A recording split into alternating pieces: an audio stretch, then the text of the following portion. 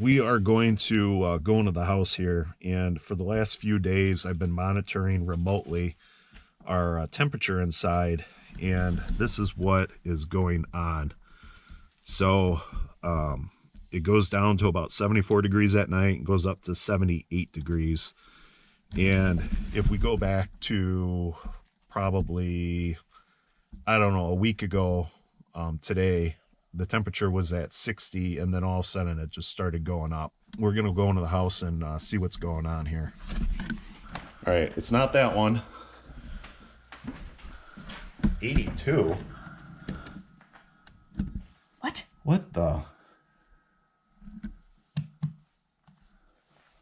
Heat mode, it's set at 60, but okay, let's go. This zone is on. Is it good?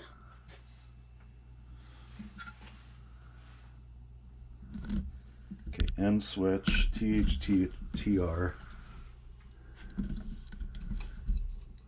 Be very careful. Okay, let's do. So that this wire's loose.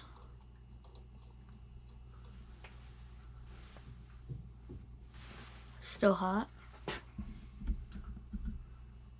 Why?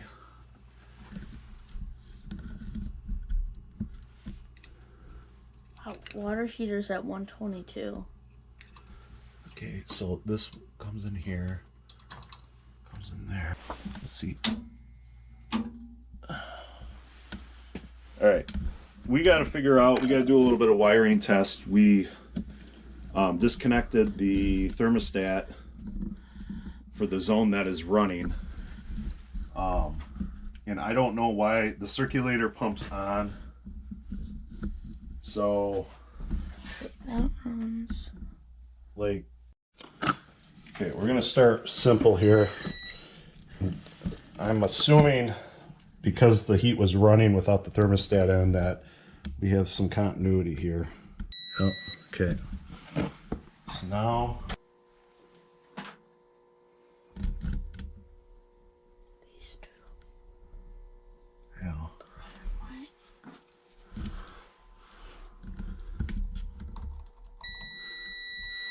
Oh, let's do this. Why did the iLink turn off? Because the power's off. Oh. Okay, so that is that. Let's do this now. Let's do this.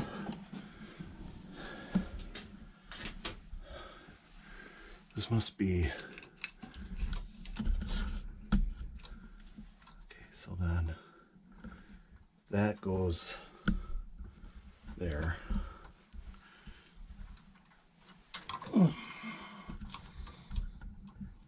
That one's out. And this one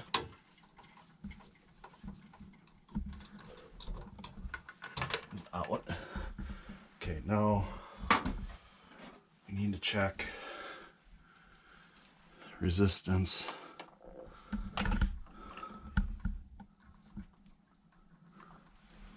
None. None. What's that mean? Okay, so now we're gonna go back here. Resistance. This is the zone valve. It's the zone valve? Yeah, so That's a good thing, because Yeah. we have that.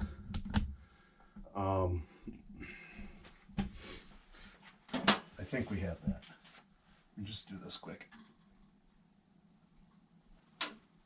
Yeah, okay. What do we got here? Got a pressure switch.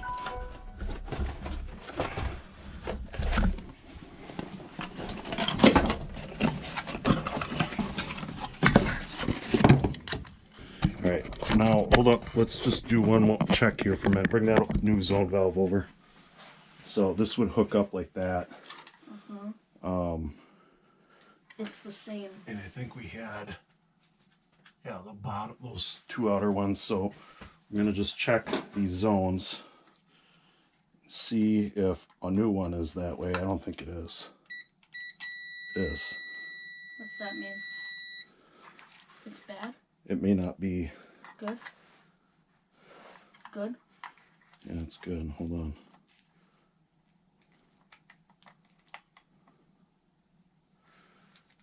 So why would that... So maybe it's not what I'm thinking it is. All right, that does not give me a signal. Okay, so we don't have resistance on the new one in that position, but right here, when we go to the same, I mean, it's a dead 0, 0. It's straight across. And those wires go back here to that switch. And this thing is stuck on. Is this stuck on? No. This one is, though. All right, so I think this is a safe bet now. We're going to take this one off so you can manually open these zones. Like if you're having to diagnose something down here, or one of them, let's say it failed closed, all you would have to do is come down and, you know, manually open it. In our case, obviously we were gone for a week and it was on. Now the boiler didn't run that whole time because it had reached temperature threshold, but normally the house is at, when we're not here, is at 60, 61 to 62. And, you know, we have the living room zone at 80 and the kitchen's at 77. So, okay, let's see.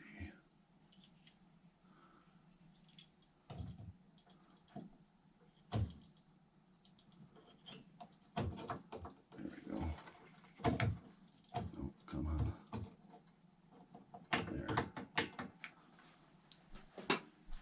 Just gotta seat it.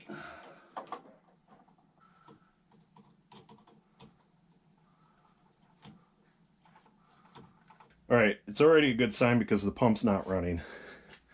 I'm going to go back upstairs and hook up the thermostat in that zone, and we're going to try to call for heat. If the thermostat, I think the thermostat goes up to 90, so we should be able to get a little bit of operation out of it.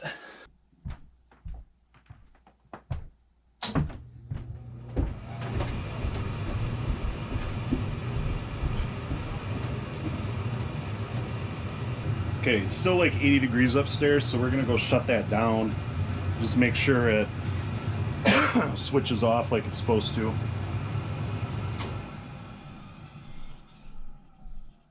I think we're fixed. I got everything where it needs to be. I guess it helps to have a zone valve on stock. I didn't have to, why did I have a zone valve on stock for this machine? Well, when we had the 2020 was going on, I noticed parts were becoming hard to find. This stuff was older, and I thought it would probably be a good idea to at least have something on hand. So I ended up stocking a few random parts that I wouldn't say like super specialized. Like I don't have every part for this boiler. But I have this, I have a pressure switch, and I'm going to order the igniter stuff. I have to see what specific one this one has on this boiler, because I don't have one in stock, and I need to have one in stock, or at least maybe replace it based on age. I don't have like a circulator pump or anything like that, so it happened to work out. I had this in stock, and we're good to go.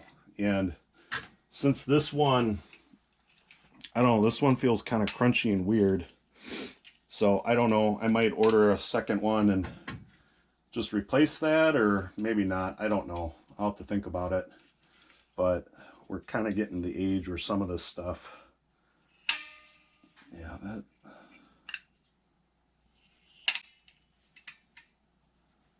for whatever reason, it's just not working the way it should.